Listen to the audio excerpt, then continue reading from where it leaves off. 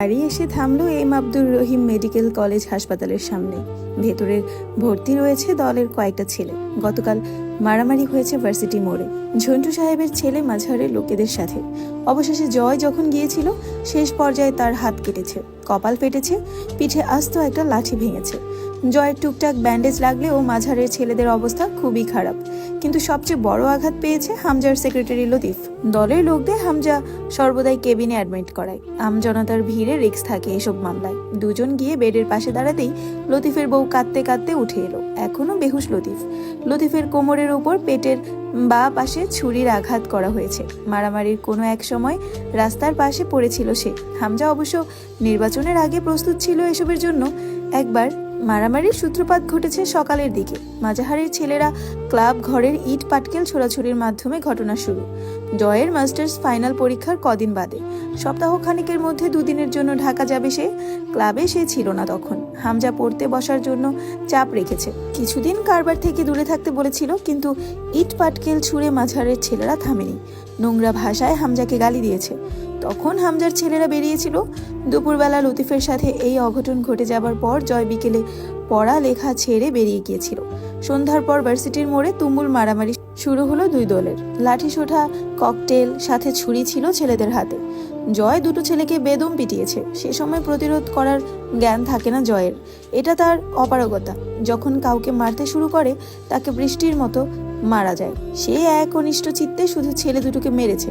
তার মাঝে নিজে জখম হয়েছে বেশ ভালো মতোই। মাজাহার নিজে উপস্থিত ছিল না। সকালে জয়কে না ডেকেই হামজা পৌঁছে গিয়েছিল পলাশের ডেরায়। দিনাজপুরের নাম করা সন্ত্রাস পলাশ, আকবর আর রাজন, দুজনের সাথে ভালো মিল মাঝারের। সাথে দুটোকে মহাজনও বলা চলে। কড়া সুদে টাকা ধার দেয় মানুষকে, পরে তার বদলে জমি, ঘরের জিনিসপত্র অথবা ব্যবসা কেড়ে নেওয়ার বহু নজির আছে। সেখানে গিয়ে মেরে এসেছে হামজা মাজাহারকে। জয় সেখানে থেকে নিয়ে এসেছে হামজাকে। এখন অবধি জিজ্ঞেস করেনি মাঝারের কি অবস্থা, কিভাবে মেরেছে, কি হাল করেছে। হামজা খুব শান্ত শীতল মেজাজের পুরুষ। যতক্ষণ না জয়কে আঘাত করা হয় তাকে ক্ষেপতে দেখেনি ছেলেরা। কিন্তু লতিফের স্ত্রী কান্নাকাটি দেখছে সে রাতে। লতিফের বাচ্চা দুটোর শুকনো মুখ দেখেছে। লতিফের রক্তাক্ত শার্টখানা দেখেছে। হামজাকে চেয়ারে বসিয়ে রেখে জয় দ্রুত গেল নার্সকে ডাকতে। এই অসময়ে হাসপাতালে নার্সের সংখ্যা কম চারদিকে।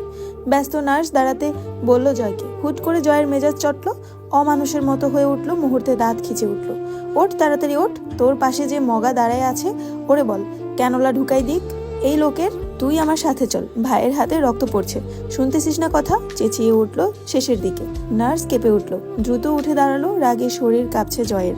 এখানে হামজা থাকলে নির্ঘাত একটা থাপ্পড় মারত কোনো মেয়ের সাথে এমন দুর্ব্যবহারের ফলে। নার্সকে নিয়ে এসে দাঁড় করালো হামজার পাশে। আসলে অনেকটা রক্ত বেরিয়ে সাদা পাঞ্জাবি রঙিন হয়ে উঠেছে হামজার। গালের পাশে কালশিটে দাগ দেখা যাচ্ছে। এটা অস্বাভাবিক নয়। নির্বাচনের আগে এমন অঘটন ঘটারই ছিল। ঝন্টু সাহেব ও তার ছেলে যে চুপ বসবে না এটা জানা কথা। নার্স ভয়ার্থ গলায় বলল, কিছু ওষুধ আনতে হবে। জয় তাড়া দিল, হ্যাঁ বলেন সিস্টার, কি কি ওষুধ লাগবে? আমি এনে দিচ্ছি, দ্রুত বলেন। নার্স অপ্রস্তুত হলো। কিছুক্ষণ আগে কি ব্যবহার ছিল, এখনই আবার সিস্টার বলছে। একটা কাগজের নাম লিখে দিল। জয় কারো হাতে দিল না কাগজখানা। নিজে দৌড়ে বেরিয়ে গেল ওষুধ আনতে। হামজা চেয়ে রইল জয়ের যাবার পথে। নিজের হাতের তালুতে ব্যান্ডেজ জড়ানো, কপালে ব্যান্ডেজ, কোমরে ঘা। সে ছুটছে ভাইয়ের ওষুধ আনতে। হামজা এটাই সবাইকে বোঝাতে পারে না। পুরো পৃথিবীর জন্য জয়ামির জঘন্য এক নাম, সেও মানে, কিন্তু বিশেষভাবে তার জন্য এই ছেলেটা বিশেষ। চিন্তিত মুখে নিজের ব্যথা ভুলে উদ্বিগ্ন ভঙ্গিতে পায়চারি করে চলল হামজা। সে কোনো সময় চায় না তার জন্য দলের ছেলেরা মূল্য দিক। সেদিন নিষেধ করে আসার পরও হামজা নির্বাচন অফিসে গিয়ে ঝন্টু সাহেবের আপিল বাতিল করে এসেছে। তাতে যে ঝন্টু সাহেব খেপবেন তা জানা কথা। তবে আঘাতটা লতিফকে করে ওর পরিবারকে বিধ্বস্ত করে তোলাটা ঠিক হয়নি ঝন্টু সাহেবের। মাজাহার ভালো ঘা খেয়েছে। যতদিন নির্বাচন শেষ না হচ্ছে ঝামেলা যে টুকটাক লেগেই থাকবে এও জানা কথা। নির্বাচনের পরেও কোনো বিশেষ ঝামেলা হওয়ার চান্স রয়েছে। রাত করে বাড়ি ফিরল হামজা। জয় ঢুকে পড়ল নিজের ঘরে। তার পড়ালেখায় গাফিলতি চলবে না এখন। ঘরে ঢুকতেই চেঁচিয়ে ডাকলো মামিকে। দ্রুত পায়ে তরু এগিয়ে গেল। কি হয়েছে জয় ভাইয়া? খালামণি অসুস্থ, ব্যথা বেড়েছে। কিছু দরকার? জয় জ্যাকেটের চেন খুলে ইশারা করলো জ্যাকেটটা খুলে নিতে। তরু জ্যাকেট খুলে নিয়ে সেটা হ্যাঙ্গারে বাঁধিয়ে রাখলো। জয় বাথরুমে ঢুকতে ঢুকতে বলল, এক কাপ গরম কফি বানিয়ে দে তো, আমি মামির কাছ থেকে ঘুরে এসে খাবো। আর ঘরটা ঝাড়ু দে, পায়ে নোংরা বাজছে।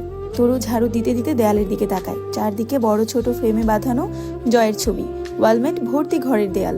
জয় যখন মামির রুমে এলো, দেখলো হামজা মায়ের মাথার কাছে বসে আছে। মামা বারান্দার পাশে চেয়ারে বসা। মুখ বাঁকালো জয়। ওখানে বসে কি নিজেকে বীরপুরুষ প্রমাণ করতে চাইতেছো? বারান্দা দিয়ে ঠান্ডা আসছে না, পরে তো খ্যাক খ্যাক করে কাশবে। তোমার কাশির আওয়াজ শুনতে একটুও ভাল লাগে না। মামা, দরজা আটকে বসো।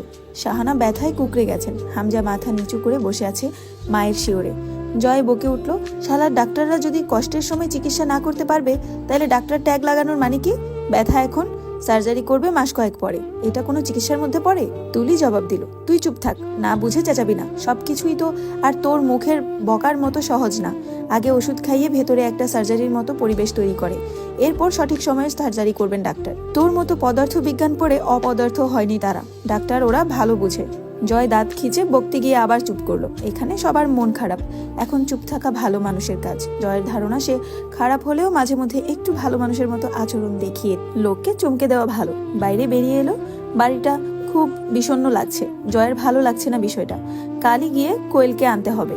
ও থাকলে এখন দৌড়ে এসে কোলে উঠে আবদার করতো, মামা আমিও ব্যান্ডেজ লাগাবো। এরপর দুজন চকলেট কিনতে যাব, ম্যাচিং ম্যাচিং হবে তোমার আর আমার ব্যান্ডেজ। শরীরে ব্যথা রাত বাড়ার সাথে সাথে প্রকট হচ্ছে। বারান্দায় গিয়ে দাঁড়িয়ে সিগারেট ধরালো। কোমরের ক্ষততে টান ধরছে, পুরো গা হাত পা বিষে ব্যথা হচ্ছে। এখন বোঝা যাচ্ছে জয়ের রুমটা বাড়ির পেছনের দিকে।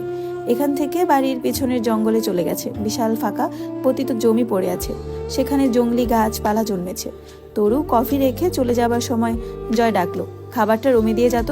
জয় জানে, ও না বললেও মেয়েটা ঠিক নিয়ে আসতো। কেন এত যত্ন করে জানার বা বোঝার চেষ্টা করেনি কখনো জয়। তবে এই নিঃসঙ্গ পাপে ভরা জীবনে এই মেয়েটার বেশ মনোযোগ পায়। তরু খাবার আনলো। জয় তখন বিছানায় বসা। তরু খাবার রেখে চলে গেল না, দাঁড়িয়ে রইল। জয় জিজ্ঞেস করলো, দাঁড়িয়ে আছিস কেন? চিকন মিষ্টি কণ্ঠস্বর তরু, আপনি নিজে খেতে পারবেন নাকি আমি খাইয়ে দিব? অবাক হলো না জয়, সে জানতো এমন কিছুই বলবে তরু। চেয়ে রইল তরুর মুখের দিকে কয়েক সেকেন্ড, এরপর মাথা নেড়ে সম্মতি জানালো। যত্ন করে খাওয়াতে বসলো তরু। খাবার চিবোতে চিবোতে একবার তরুকে দেখে নিয়ে নিঃশব্দে হাসলো জয়। আমি খারাপ লোক, নাম শুনলেই নাক ছিটকায় মানুষ। তুই বিশেষ যত্ন করিস কেন? হ্যালো, আসসালামু আলাইকুম এভরিওয়ান, আমি জান্নাত রহমান। আপনারা আমার কণ্ঠে শুনছেন অবরুদ্ধ নিশীথ গল্পের 17তম পর্ব, যেটা লেখিকা হচ্ছে তেজস্মিতা মর্তুজা। আমার কণ্ঠে যদি গল্পটা আপনাদের ভালো লাগে অবশ্যই শেয়ার করে দিবেন এবং ফলো দিয়ে পাশে থাকবেন, যাতে করে নেক্সট পর্ব সবার আগে আপনাদের কাছে পৌঁছায়। আর অবশ্যই কমেন্ট করে জানাবেন গল্পগুলো আপনাদের কাছে কেমন লাগে।